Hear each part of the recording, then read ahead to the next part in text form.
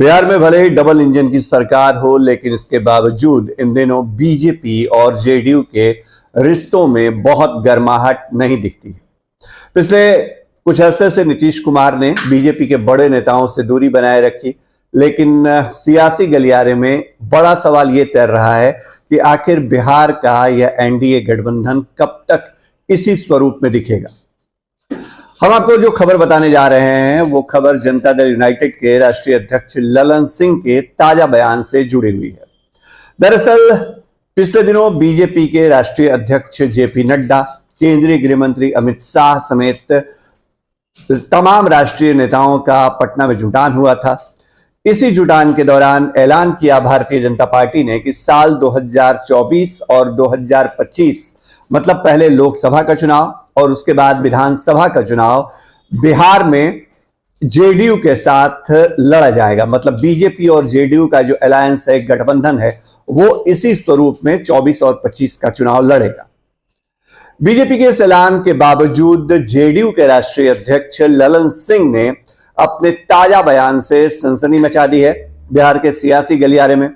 ललन सिंह ने क्या कहा है वो आपको बताने जा रहे हैं। ललन सिंह का बयान आज तमाम अखबारों की सुर्खियां बना है, क्योंकि जेडीयू के राष्ट्रीय अध्यक्ष ने 2024 के लोकसभा चुनाव में गठबंधन के सवाल को काल्पनिक बताया है।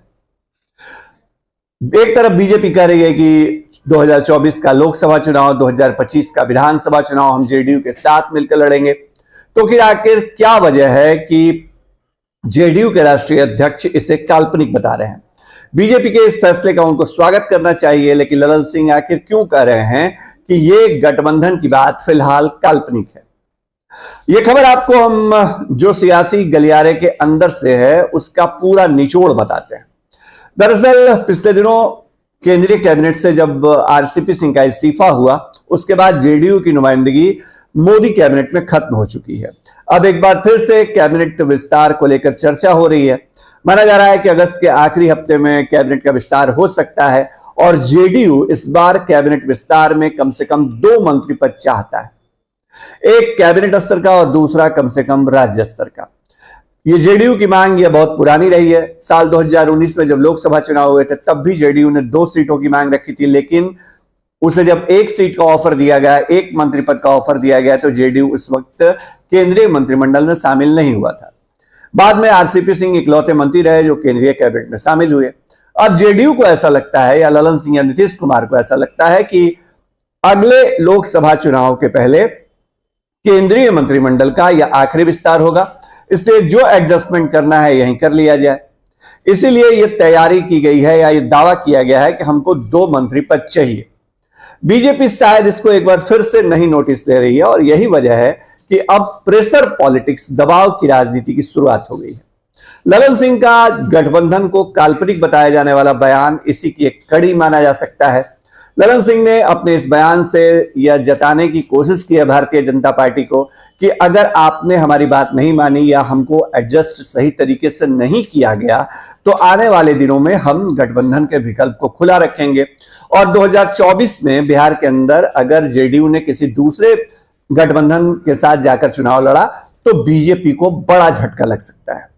आपको और सबको मालूम है कि बिहार में 40 लोकसभा सीटों में से 39 पर फिलहाल एनडीए का कब्जा है और यह तभी मुमकिन हो सका जब बीजेपी के साथ नीतीश कुमार आए या एनडीए गठबंधन में जेडीयू शामिल हुआ।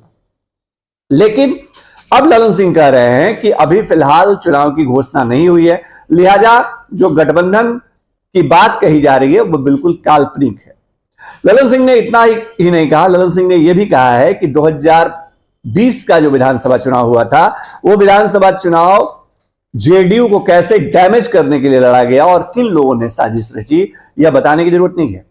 इशारा भारतीय जनता पार्टी की तरफ है, बीजेपी की बी टीम के तौर पे देखे गए लोक जनशक्ति पार्टी की तरफ है और कैसे लोजपा ही भाजपा है वाले नारे के साथ जेडीयू को डैमेज किया गया, इसकी तरफ ललन सिंह इशारा कर रहे हैं। ललन सिंह जो बात आज कह रहे हैं मीडिया के जरिए, दरअसल उन बातों का मतलब यही है कि बीजेपी को एक बार फिर से झुकना होगा और बीजेपी झुकेगी, जेडीयू को केंद्रीय मंत्रिमंडल में 2 चेहरे शामिल करने का मौका मिलेगा। उसके बाद ही बिहार में गठबंधन को लेकर के कोई ठोस ऐलान होगा। मतलब बीजेपी ने जो एक तरफा ऐलान कर दिया बीजेपी के नेताओं ने कि 24 भी जेडीयू के साथ लड़ेंगे, 25 भी जेडीयू के साथ लड़ेंगे, फिलहाल उस पर एग्री यानी सहमत नहीं है जनता दल यूनाइटेड और उसके राष्ट्रीय अध्यक्ष ललन सिंह। क्या जेडीयू का यह दबाव, ललन सिंह की यह प्रेशर पॉलिटिक्स बीजेपी के ऊपर काम कर जाएगी? क्या उसे 2 मंत्री पद मिल जाएगा? इन तमाम सवालों के जवाब के लिए आपको और हमको थोड़ा इंतजार करना होगा, लेकिन फिलहाल इस बयान को आप प्रेशर पॉलिटिक्स मानकर ही चलें। हमारी खबर आपको कैसी लगी कमेंट बॉक्स में जरूर बताइएगा। आपके कमेंट का हमको इंतजार रहता है। नमस्कार।